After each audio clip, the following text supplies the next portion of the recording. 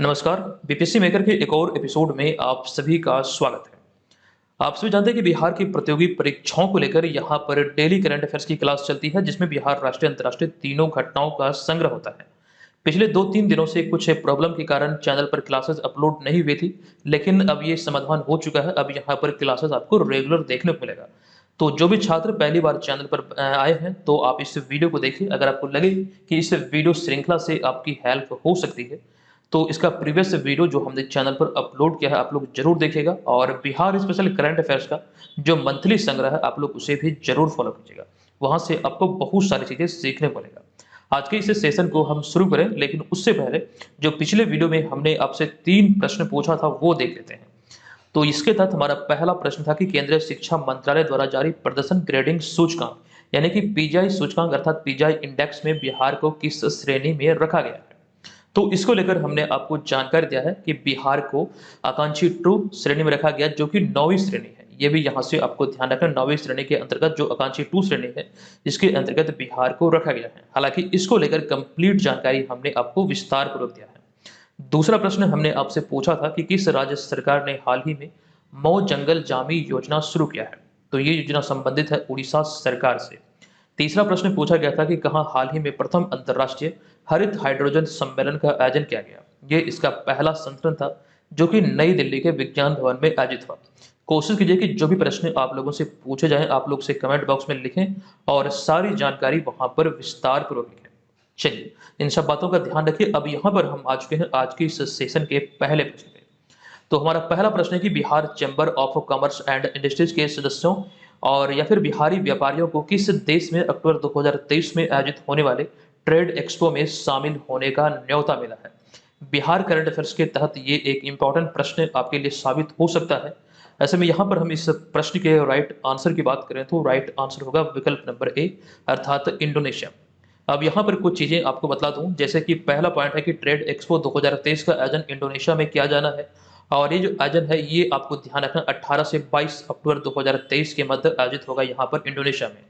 और इस trade expo में Bihar chamber of commerce and industries के सदस्यों या बिहारी व्यापारियों को शामिल होने का न्योता मिला है। ये चीजें यहाँ से आप नोट करेंगे, क्योंकि यहाँ पर बिहार के उद्योग और व्यापार की चर्चा हुई। तो ऐसे में अगर हम बात करें बिहार के उद्योग मंत्री की, तो वर्तमान में जो बिहार के उद्योग मंत्री हैं, ये है समीर कुमार महासेठ। हालांकि इनसे पहले जो बिहार के उद्योग मंत्री थे, वे थे सैयद शाहनवाज हुसैन।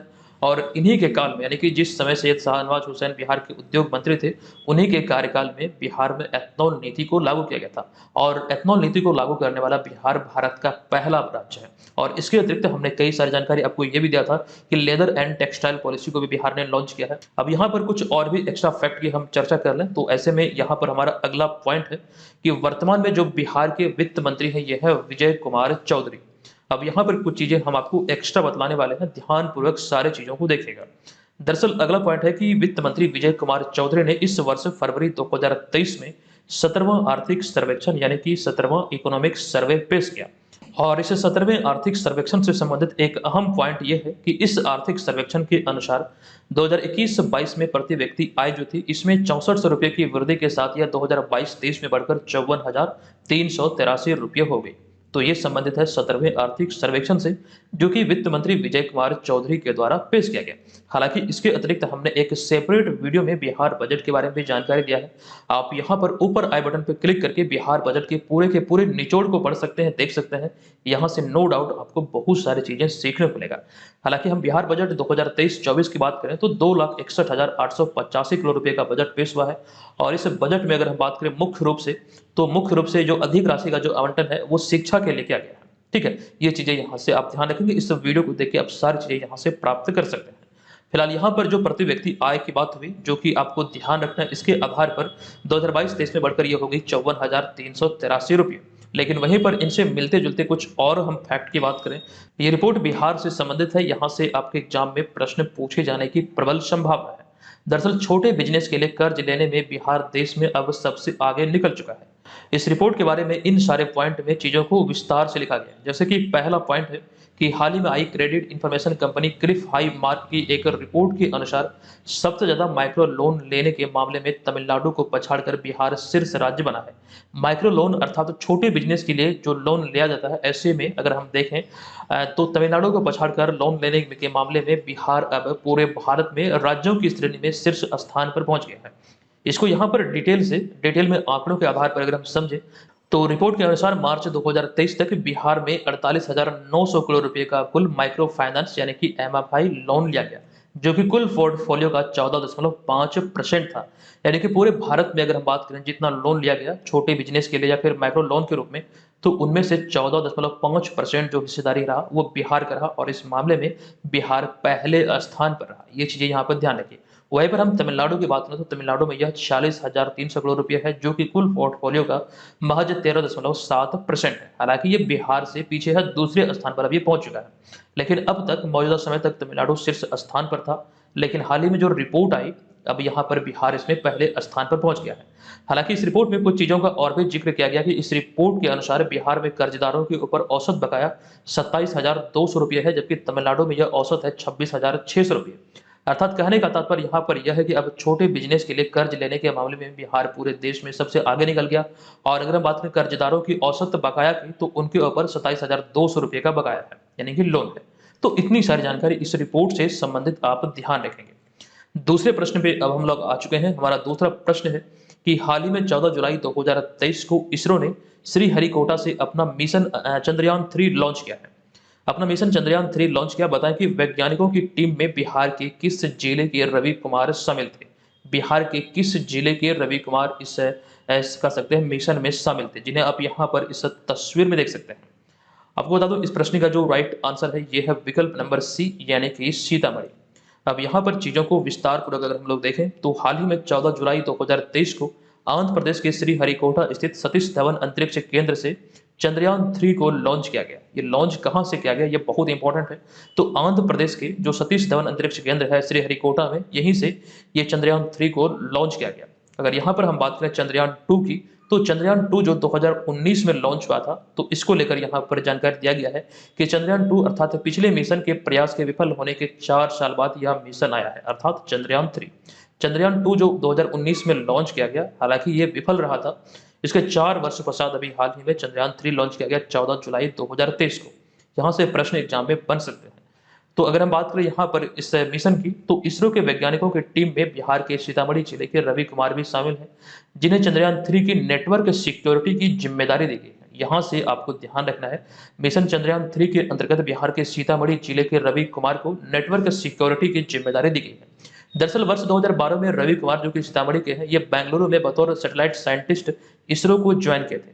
वर्ष 2012 में इसरो में वे सैटेलाइट साइंटिस्ट के रूप में शामिल हुए थे। हालांकि जो 2019 में चंद्रयान-2 लॉन्च हुआ, इसमें इसके प्रक्षेपण में भी वे शामिल थे। और अगर हम बात करें इनकी यानी कि रवि कुमार की, तो व्यक्तिगत रूप से प्रधानमंत्री नरेंद्र मोदी ने इन्हें बधाई और शुभकामनाएं भी दिया था वर्ष 2019 में जो चंद्रयान-2 का प्रक्षेपण हुआ था। हालांकि यहाँ पर चंद्रयान-1, 2, 3 को हम यहाँ पर विस्तार से देखेंगे, लेकिन उससे पहले हम यहाँ पर चलते हैं अगले तीसरे प्रश्न पे। तो ये हमारा तीसरा प्रश्न है कि हाल ही में 14 जुलाई 2023 को लॉन्च इसरो का मिशन चंद्रयान-3 का नेतृत्व किनके द्वारा किया गया, जिन्हें कि भारत की रॉकेट वुमन के रूप में भी जाना जाता है, जिन्हें आप यहाँ पर इस तस्वीर में देख रहे हैं। तो इस प्रश्न का जो राइट आंसर होगा ये होगा रितु कारिधाल, यानी कि विकल्प नंबर ए इस प्रश्न का राइट आंसर है।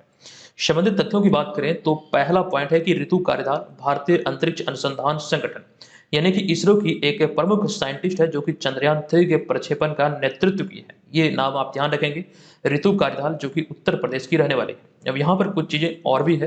हालांकि इससे पहले वे मंगलयान की उप संचालन निदेशक के रूप में भी कार्य की थी। ठीक है, ये ध्यान रखिएगा। मिशन मंगलयान के बारे में भी हमने आपको बतलाया है, तो मिशन मंगलयान के उप संचालन निदेशक के रूप में भी इन्होंने कार्य किया था।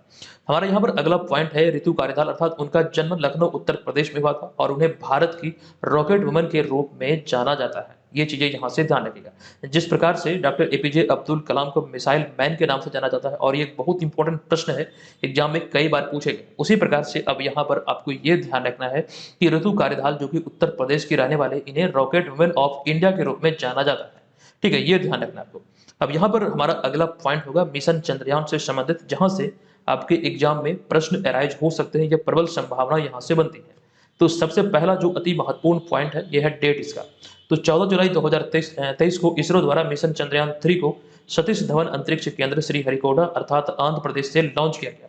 आंध्र प्रदेश राज्य में एक स्थान है श्रीहरिकोटा, यहीं पर स्थित है सतीश धवन अंतरिक्ष केंद्र। यहीं से 14 जुलाई 2023 को मिशन चंद्रयान को लॉन्च किया गया।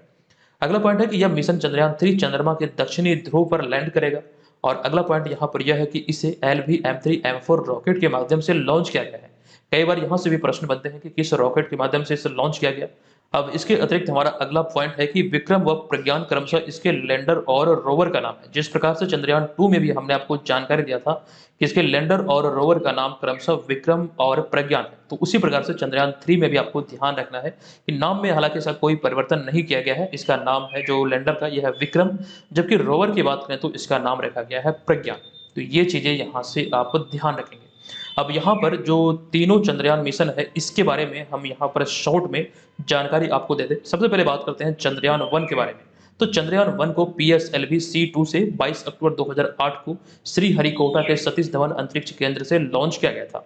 वहीं पर चंद्रयान 2 की अगर हम बात करें तो 22 जुलाई 2019 को श्रीहरिकोटा के GSLV Mark 3 द्वारा लॉन्च किया गया था। श्रीहरिकोटा से GSLV Mark 3 के जरिए से लॉन्च किया गया था। ये तिथि थी 22 जुलाई वर्ष 2019। वहीं पर हम बात करें चंद्रयान 3 की जो हाल ही में लॉन्च हुआ, तो LV-M3M4 रॉकेट से 14 जुलाई 2023 को श्रीहरिकोटा के सतीश धवन अंतरिक्ष केंद्र से इसे भी लॉन्च किया गया। और यहाँ पर मिशन चंद्रयान के इन तीनों मिशन की बात करें तो इसरो द्वारा इसे संचालित किया गया, जो कि भारत की अंतरिक्ष एजेंसी है। हालांकि इसकी स्थापना को लेकर आपसे एग्जाम में प्रश्न पूछे जा सकते हैं।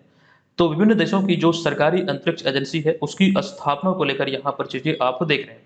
जैसे कि अगर हम बात करें अमेरिकी अंतरिक्ष एजेंसी की, तो अमेरिकी अंतरिक्ष एजेंसी का नाम है नासा और इसकी स्थापना हुई थी 29 जुलाई 1958 को। रूसी अंतरिक्ष एजेंसी का नाम है रोसकॉस्मोस, इसकी स्थापना हुई थी 25 फरवरी 1992 को। जापानी अंतरिक्ष एजेंसी का नाम है जाक्सा, इसकी स्थापना हुई थी 1 अक्टूबर 2003 को।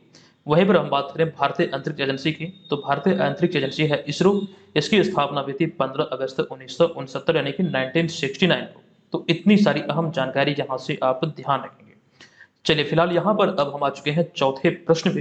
ये प्रश्न है कि किस देश ने हाल ही में 34वां अंतर्राष्ट्रीय जीव विज्ञान ओलंपियाड अर्थात बायोलॉजी ओलंपियाड जीता है। तो इस प्रश्न का हमारा राइट आंसर होगा, इस ओलंपियाड को अभी हाल ही में भारत ने अपने नाम किया। तो विकल्प नंबर बी इस प्रश्न का राइट आंसर होगा। आपको जानकारी दे दूं कि 34वां अंतर्राष्ट्रीय जीव विज्ञान ओलंपियाड का जो आयोजन था, ये 3 से 11 जुलाई 2023 तक संयुक्त अरब अमीरात में किया गया, जिसमें 76 देशों के तकरीबन 293 विद्यार्थियों ने भाग लिया था। ये आपको ध्यान रखना है। ये जो आयोजन हुआ 3 से 11 जुलाई 2023 तक UAE अर्थात संयुक्त अरब अमीरात में ये आयोजित किया गया, जिसमें 76 देशों के प्रतिभागियों ने भाग लिया था। हमारे यहाँ पर अगला पॉइंट है कि भारत पहली बार इस प्रतियोगिता में भाग लिया और 4 स्वर्ण पदक जीतकर पदक तालिका में शीर्ष स्थान हासिल किया। हालांकि भारत के अलावा सिंगापुर ने भी इस प्रतियोगिता में 4 स्वर्ण पदक जीते, तो ये भी यहाँ से ध्यान रखें। भारत की तरफ से जो स्वर्ण पदक अपने नाम किया, इसके अंतर्गत अगर हम बात करें तो ध्रुव आडवाणी जो कि कर्नाटक के हैं, ईशान पेडनेकर जो कि राजस्थान के, इसके अतिरिक्त मेघ छाबड़ा महाराष्ट्र और रोहित पांडा जो कि छत्तीसगढ़ के। तो इतनी सारी जानकारी आप यहाँ पर ध्यान रखेंगे। इन चारों को यहाँ पर इस तस्वीर के माध्यम से देख सकते हैं, जिन्होंने भारत को इस 34वें अंतर्राष्ट्रीय जीव विज्ञान ओलंपियाड में स्वर्ण पदक दिलाया। अब यहाँ पर अगला पॉइंट एक और है जो एक्स्ट्रा फैक्ट में हमने शामिल किया है कि अंतर्राष्ट्रीय जीव विज्ञान ओलंपियाड 2024 का जो आयोजन है, ये कजाकिस्तान में किया जाएगा, यानी कि जो इसका अगला संस्करण होगा 2024 में, जो 35वां संस्करण होगा, ये आप ध्यान रखेंगे। 35वां जो संस्करण होगा इस ओलंपियाड का, ये आयोजित होगा कजाकिस्तान में। तो ये सारी बातें यहाँ से ध्यान रखिए। अब चलते हैं हम अगले 5वें प्रश्न पे। ये 5वां प्रश्न है कि 14 जुलाई 2023 को किस देश में आयोजित बेस्टिल डे सैन्य परेड में प्रधानमंत्री नरेंद्र मोदी को विशिष्ट अतिथि के रूप में आमंत्रित किया गया है। हालांकि इसको लेकर हमने कई जानकारी आपको पहले भी दिया था अप्रैल 2023 महीने में, जब इसकी घोषणा हुई थी, जब आमंत्रण आया था प्रधानमंत्री नरेंद्र मोदी के पास। तो इसको लेकर हमने आपको बतलाया था जो चीजें, तो उसके तहत हमारा जो राइट आंसर होगा ये होगा विकल्प नंबर ए, यानी कि फ्रांस। अब यहाँ पर आपको विस्तार पूर्वक जानकारी दे दूं कि फ्रांस ने प्रधानमंत्री नरेंद्र मोदी को 14 जुलाई 2023 को वार्षिक बेस्टिल डे परेड में एक अतिथि के या फिर मुख्य अतिथि के रूप में आमंत्रित किया। इसकी घोषणा अप्रैल 2023 में ही हो गई थी। तो ध्यान रखेंगे अभी हाल ही में फ्रांस में ये मुख्य अतिथि के तौर पर यहाँ पर जो बेस्टिल डे परेड आयोजित होता है या फिर मनाया जाता है, तो इसमें शामिल हुए। दरअसल यहाँ पर कुछ चीजें आपको ध्यान रखना है, यह 1 दशक से अधिक समय में पहली बार होगा जब एक भारतीय प्रधानमंत्री वार्षिक सैन्य परेड में यहाँ पर फ्रांस में शामिल होंगे। हालांकि अगर हम बात करें पिछली बार की, तो पिछली बार वर्ष 2009 में मनमोहन सिंह को बेस्टिल डे परेड में मुख्य अतिथि के रूप में आमंत्रित किया गया था। तो ये दोनों फैक्ट है जो कि अति महत्वपूर्ण है, जहां से एग्जाम में प्रश्न बनेंगे। अब यहाँ पर ये बेस्टिल डे परेड की बात करें तो प्रत्येक वर्ष ये जो परेड होता है ये 14 जुलाई को मनाया जाता है। ये ध्यान रखें कि तिथि है 14 जुलाई। अब यहाँ पर ये सवाल है कि ये बेस्टिल डे जो परेड है ये क्यों मनाया जाता है, इसके पीछे रीजन क्या है। तो इसी चीज को यहाँ पर हमने आसान भाषा में लिखा है कि बेस्टिल जो कि पेरिस में मध्य युग का एक किला और जेल का नाम था। दरअसल 14 जुलाई 1789 यानी कि 1789 को इसके पतन के रूप में इसे चिन्हित करने के लिए इसे राष्ट्रीय दिवस के रूप में यहाँ पर अर्थात फ्रांस में मनाया जाता है। आई होप कि आप यहाँ पर समझ रहे हैं कि इसके पतन यानी कि जो बेस्टिल नाम है, जो इस नाम से एक किला और जेल हुआ करता था मध्य युग में, तो इसके पतन को चिन्हित करने के लिए प्रत्येक वर्ष 14 जुलाई को यह बेस्टिल डे परेड मनाया जाता है। तो इस वर्ष 2023 में भारत के प्रधानमंत्री नरेंद्र मोदी को मुख्य अतिथि के तौर पर इसमें शामिल किया गया था। ठीक है, इतनी सारी बातें ध्यान रखिए। अब चलते हैं हम अगले छठे प्रश्न पे। हमारा छठा प्रश्न है कि हाल ही में किस राज्य या फिर केंद्र शासित प्रदेश द्वारा दोस्त ऐप लॉन्च किया गया। इस नाम से भी हाल ही में एक लॉन्च किया गया केंद्र शासित प्रदेश जम्मू कश्मीर के द्वारा, अर्थात विकल्प नंबर सी यहाँ पर इस प्रश्न का राइट आंसर होगा। अब यहाँ पर हमारा पहला पॉइंट है कि हाल ही में जम्मू कश्मीर के मुख्य सचिव अरुण कुमार मेहता द्वारा दोस्त ऐप लॉन्च किया गया। हालांकि इस ऐप के हम उद्देश्य की बात करें तो मोबाइल दोस्त ऐप का उद्देश्य जम्मू और कश्मीर के लोगों को उनके मोबाइल उपकरणों से सीधे सभी सरकारी नागरिक सेवाओं तक पहुंचने के लिए एक व्यापक मंच प्रदान करके सशक्त बनाना है। अर्थात यहाँ पर कहने का तात्पर्य यह है कि यहाँ के जो स्थानीय लोग या फिर जो जनता है इस मोबाइल ऐप का इस्तेमाल करके सीधे सभी सरकारी नागरिक सेवाओं तक पहुंच स्थापित कर सके, यानी कि एक विशेष प्रकार से एक मंच प्रदान किया गया है इस एप्लीकेशन के रूप में जम्मू कश्मीर के द्वारा, और इसे लॉन्च किया गया जम्मू कश्मीर के मुख्य सचिव अरुण कुमार मेहता के द्वारा।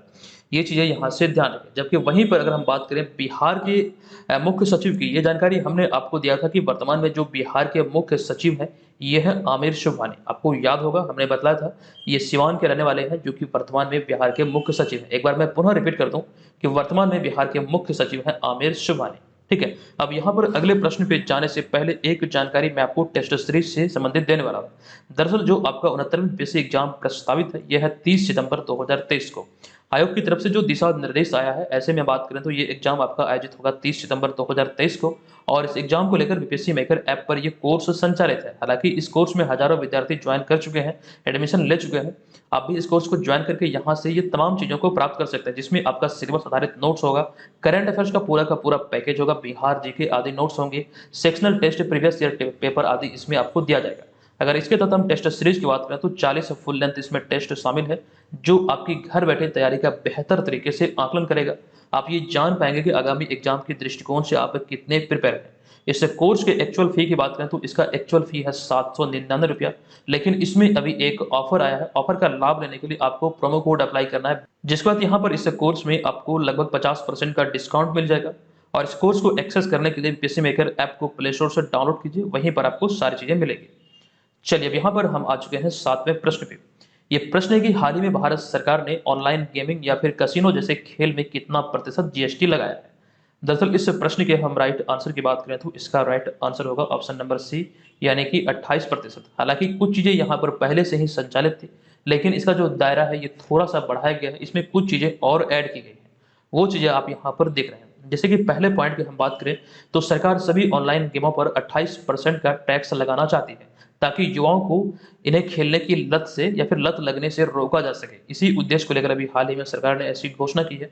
दरअसल आपको यहाँ पर कुछ चीजें आपको विस्तार से बता दूं कि हालांकि इससे पहले सिर्फ ऑनलाइन जुए और सट्टेबाजी पर ही इतना ज्यादा टैक्स लगता था, लेकिन अब ऐसे ऑनलाइन गेम्स हैं जिनमें की स्किल और लक दोनों शामिल है, कुल मूल्य पर 28% जीएसटी लगेगी। यहाँ पर अगर हम इसे एक उदाहरण के तौर पर समझे, अगर किसी गेम में जो ऑनलाइन गेम्स होते हैं अगर उसकी एंट्री फीस अगर 100 रुपया है, तो उस गेम को ज्वाइन करने के लिए 100 रुपया के अतिरिक्त हमें 28 रुपया और पे करना पड़ेगा, जो कि जीएसटी है।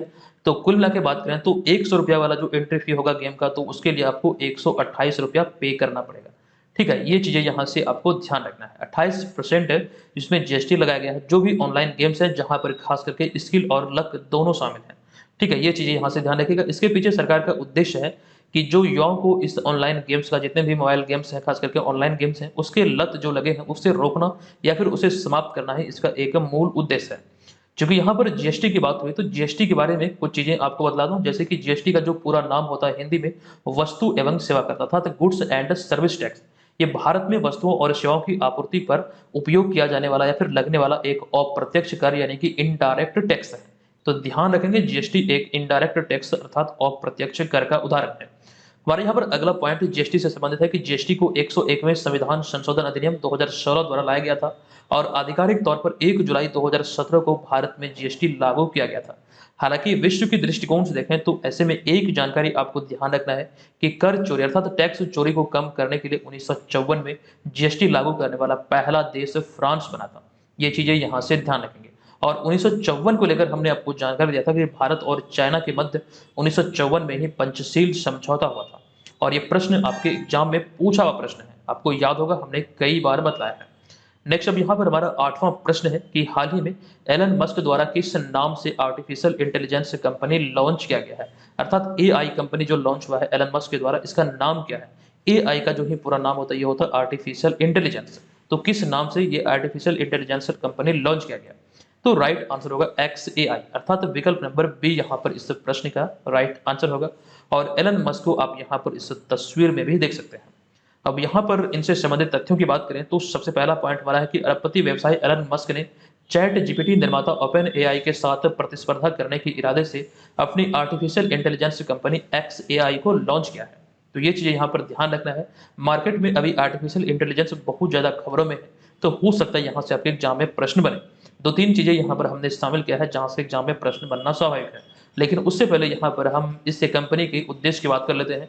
जो XAI कंपनी अभी हाल ही में लॉन्च किया गया, इस कंपनी का जो उद्देश्य है ये वास्तविकता को समझना और जिंदगी के सामने आने वाले बड़े बड़े सवालों का जवाब तलाशना ही इसका मूल उद्देश्य है। एलन मस्क के अनुसार इस कंपनी का जो उद्देश्य है या फिर जो एम है वो यहाँ पर कहा गया है, इसका मूल उद्देश्य वास्तविकता को समझना और जिंदगी के सामने आने वाले बड़े बड़े सवालों का जवाब को तलाशना है।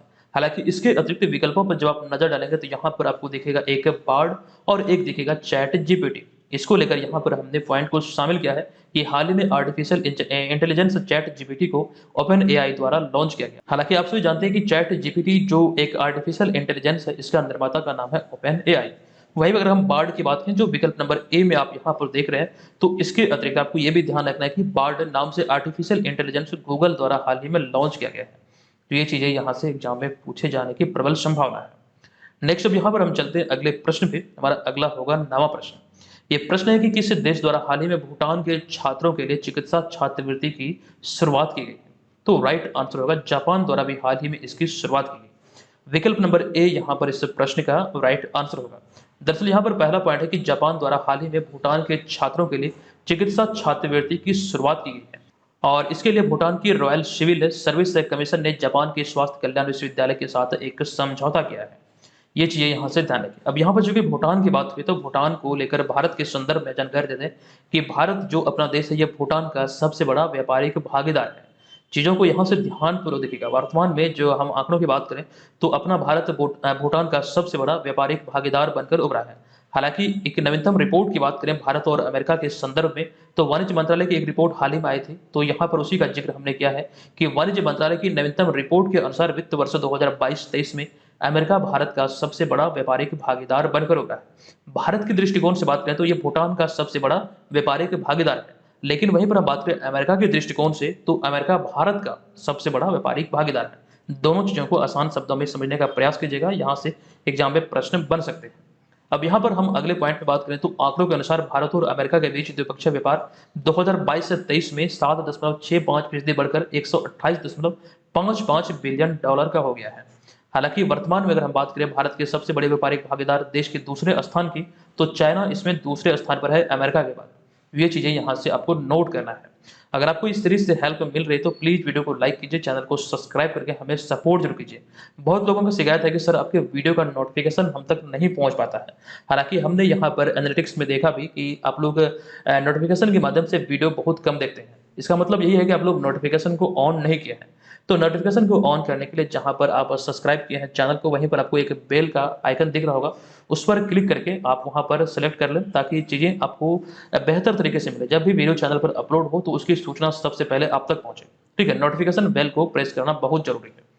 चलिए अब यहाँ पर हम आ चुके हैं 10वें प्रश्न पे। ये प्रश्न है कि हाल ही में लिखित पुस्तक Vajpayee the ascent of Hindu right 1924 से 1977 के लेखक कौन है? यानी कि the ascent of Hindu right 1924 to 1977 के लेखक कौन है?